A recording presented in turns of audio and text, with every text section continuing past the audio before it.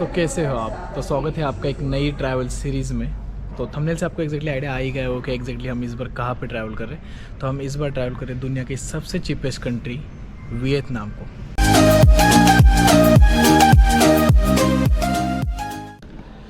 इस वीडियो में मैं इंडिया टू वियतनाम मेरी ट्रैवल जर्नी कैसी होती है, उसके साथ ही वाईजेट एयरलाइन का मेरे जो एक्सपीरियंस है मैं वो आपके साथ शेयर करने वाला हूँ।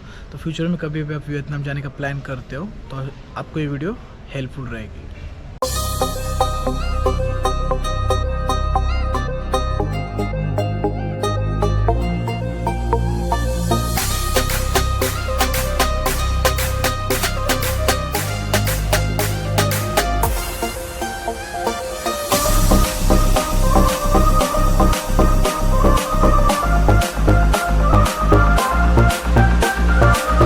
लेकिन ये जो वाली ट्रिप है ये थोड़ी स्पेशल होने वाली है। उसका रीज़न ये है कि अब तक मैंने जो भी इंटरनेशनल ट्रिप्स किए वो एक ही कंट्री की है। इस बार मैं एक साथ 3 कंट्रीज़ को ट्रैवल करने वाला हूँ। जो आगे की जो 2 कंट्रीज़ है वो आप कमेंट में गेस कर सकते हो, या फिर जो लोग मुझे इंस्टाग्राम पे फॉलो करते हो उनको ऑलरेडी पता होगा कि मैं कहाँ पे ट्रैवल कर रहा हूँ। तो अगर आपने मुझे इंस्टाग्राम पे फॉलो नहीं किया तो आप मुझे इंस्टाग्राम पे भी फॉलो कर सकते हो, वहाँ पे मैं रिसेंट अपडेट डालता रहता हूँ। वियतनाम आप कभी भी ट्रैवल करो तो आपको क्या क्या डॉक्यूमेंट लगेंगे। तो सबसे पहले आपकी 6 मंथ वैलिडिटी होनी चाहिए पासपोर्ट में। उसके साथ ही आपको वीज़ा के लिए अप्लाई करना पड़ेगा जो कि ई वीज़ा होता है। जनरली पहले इंडियंस के लिए कोविड से पहले वीज़ा ऑन अराइवल की सर्विस अवेलेबल थी, लेकिन फ़िलहाल वो बंद है। तो आपको ई वीज़ा अप्लाई करना पड़ेगा। उसके साथ ही रिटर्न फ्लाइट टिकट दिखानी पड़ेगी। अभी मैं एक कंट्री से दूसरे कंट्री में जाने वाला हूँ तो मैंने जो रिटर्न फ्लाइट टिकट दिखाई वो मैंने दूसरी कंट्री की दिखाई है। उसके साथ ही पासपोर्ट साइज़ फ़ोटो साथ में रखिए। एंड ट्रैवल इंश्योरेंस होना चाहिए अप टू $10,000। मेरा चेक नहीं किया यहाँ पे, लेकिन आप साथ में ज़रूर रखें आपकी सेफ्टी के लिए। ये वाली जो फ़्लाइट है मैंने ये मुंबई एयरपोर्ट से बुक की है, जो मुझे कॉस्ट करे अराउंड 8,600 रुपीज़ के करीब। एक्चुअली वाईजेट की एक ऑफ़र चालू थी 1 रुपीज़ की, जिसमें 1 रुपीज़ में टिकट बुक हो रहा था।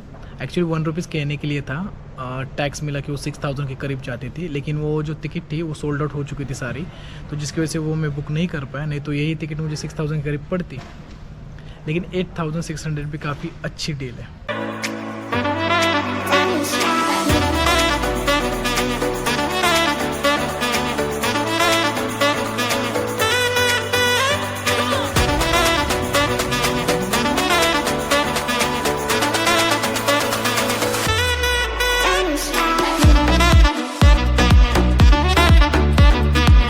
स्वागत है आप सबका कंट्री नंबर 5 वियतनाम में। इमिग्रेशन और बाकी सारी जो फॉर्मेलिटीज़ थी वो पूरी हो चुकी है। काफ़ी सिंपल एंड स्मूथ एक्सपीरियंस था। आई थिंक 10-15 मिनट में सारी प्रोसेस हो चुकी, तो काफ़ी स्मूथ एंड फास्ट प्रोसेस था। अभी यहाँ से देखते कैसे जाना है। मैंने एक्चुअली प्लान नहीं किया है कि यहाँ से बस लेनी है या क्या लेना है, कुछ सोचा नहीं है। देखते लेकिन यहाँ पे कैसे प्लान होता है। अभी थोड़ा ATM से कैश निकालना है, देन उसके बाद नेक्स्ट।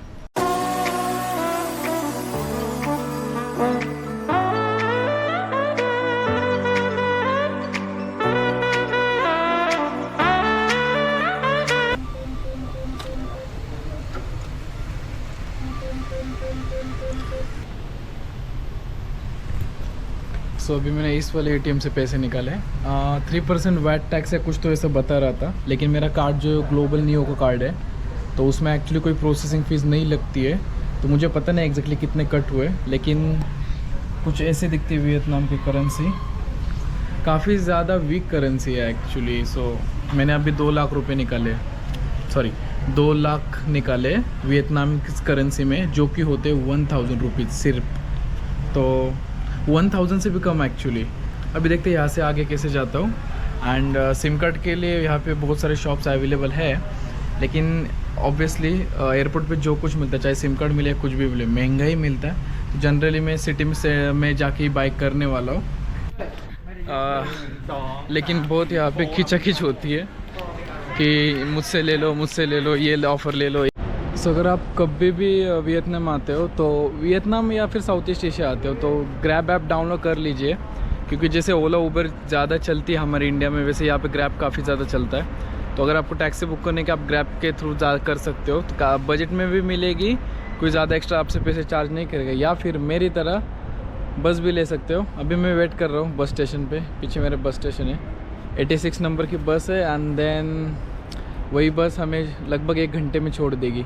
अभी मेरे पीछे आप जो टैक्सी देख रहे हो उस टैक्सी में जा रहे हैं। बस का जो किराया है ना वो 35,000 दिखा रहा है और ये लोग 50,000 चार्ज कर रहे हैं। तो टैक्सी के हिसाब से मुझे सही लग रहा है, शेयरिंग टैक्सी एक्चुअली है तो उसके हिसाब से मुझे सही लग रहा है। 50 रुपीज़ बस एक्स्ट्रा पे करने पड़ रहे हैं। बस का किराया हो रहा है कुछ 120 रुपये इंडियन करेंसी में और इसका हो रहा है 170 रुपये। सो उतना ठीक है, उतना बनता है। तो अभी यहाँ से कुछ 10 मिनट की वॉक है मेरे हॉस्टल तक। और अगर फर्स्ट इम्प्रेशन की बात करें हनोई सिटी की तो इंडिया से सिमिलर लग रही है, ज़्यादा अलग नहीं है। और जैसे कि साउथ ईस्ट एशिया में मोस्टली होता है, बहुत ज़्यादा बाइक्स है हर जगह, bikes bikes and bikes.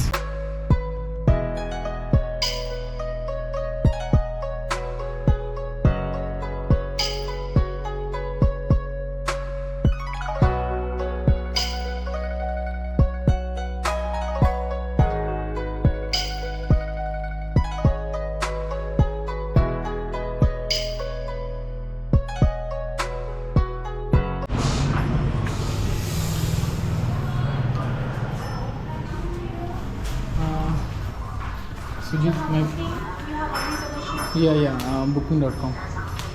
Hostel तो मिल चुका है लेकिन 2 बजे का चेक इन टाइम है, तो मेरे पास अभी लगभग 3 घंटे है।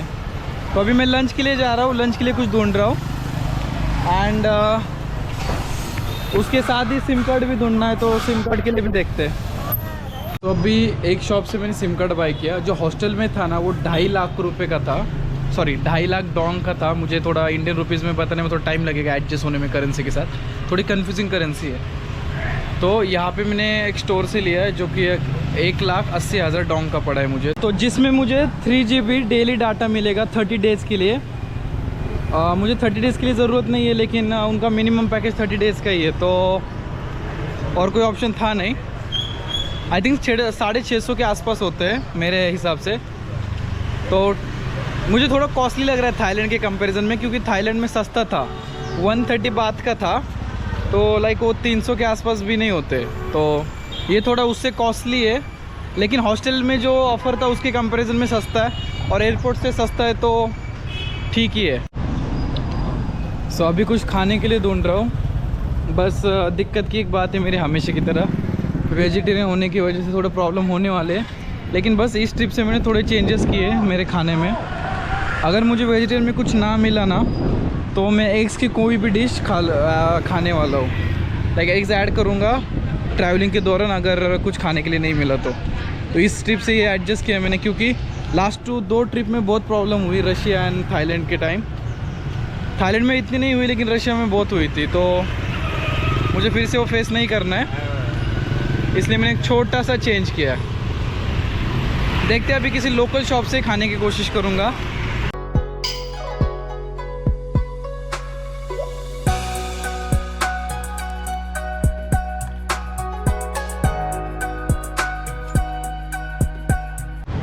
सो एक्चुअली वेजिटेरियन में आई थिंक लोकल फूड में कुछ भी मिलना लगभग इम्पॉसिबल ही है, कि वेजिटेरियन नाम की कोई चीज़ एग्जिस्ट ही करती नहीं शायद इधर। इंडियन रेस्टोरेंट में मिल जाएगा लेकिन लोकल फूड में मिलना थोड़ा मुश्किल है।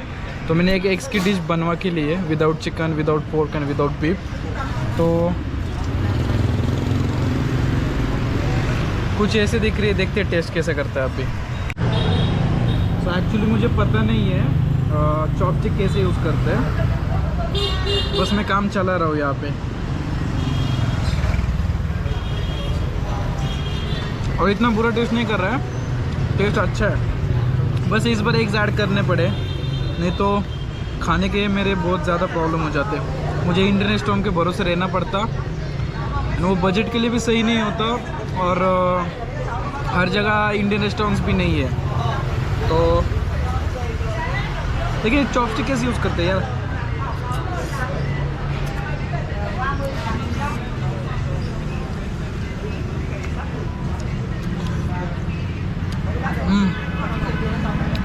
तो मील ख़त्म करता हूँ फिर उसके बाद आपसे मिलता हूँ।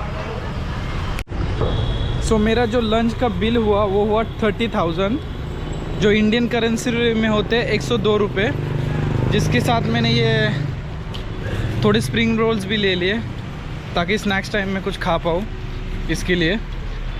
तो हाँ, चीप कंट्री है, बस अगर आप वेजिटेरियन हो तो बहुत दिक्कत होगी, याद रखना।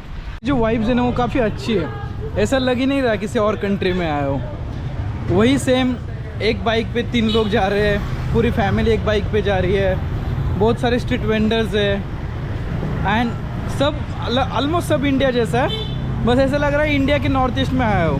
मैंने हॉस्टल पे चेक इन कर लिया है ऑलरेडी एंड जो मुझे हॉस्टल पड़ा 560 रुपीज़ के अराउंड पड़ा है एंड ये सिटी सेंटर में, और कुछ यहाँ से व्यू कुछ ऐसा है। ये पूरी मेन स्ट्रीट है और पूरे हनोई में आपको ऐसी छोटी छोटी बिल्डिंग्स ही मिलेंगी, ऐसी ज़्यादा बड़ी बड़ी बिल्डिंग्स नहीं है। तो यस, और जो वाईजेट एयरलाइन थी उसका जो एक्सपीरियंस था वो ठीक ठाक था, क्योंकि उस प्राइस टिकट में ये फूड इंक्लूड नहीं था और साथ में ही वो फूड के लिए एक्स्ट्रा पे करना पड़ता है। लेकिन एक बजट एयरलाइन है तो उसके हिसाब से मैं कहूँगा ठीक ठाक सर्विस थी, बाकी इतनी कोई दिक्कत की बात नहीं हुई। सो इस वीडियो को यहीं पे क्लोज़ करते हैं और अगली वीडियो में मैं हनोई को एक्सप्लोर करने वाला हूँ, हनोई की नाइट लाइफ को एक्सप्लोर करने वाला हूँ। तो मिलते हैं अगली वीडियो में, till then bye bye, take care.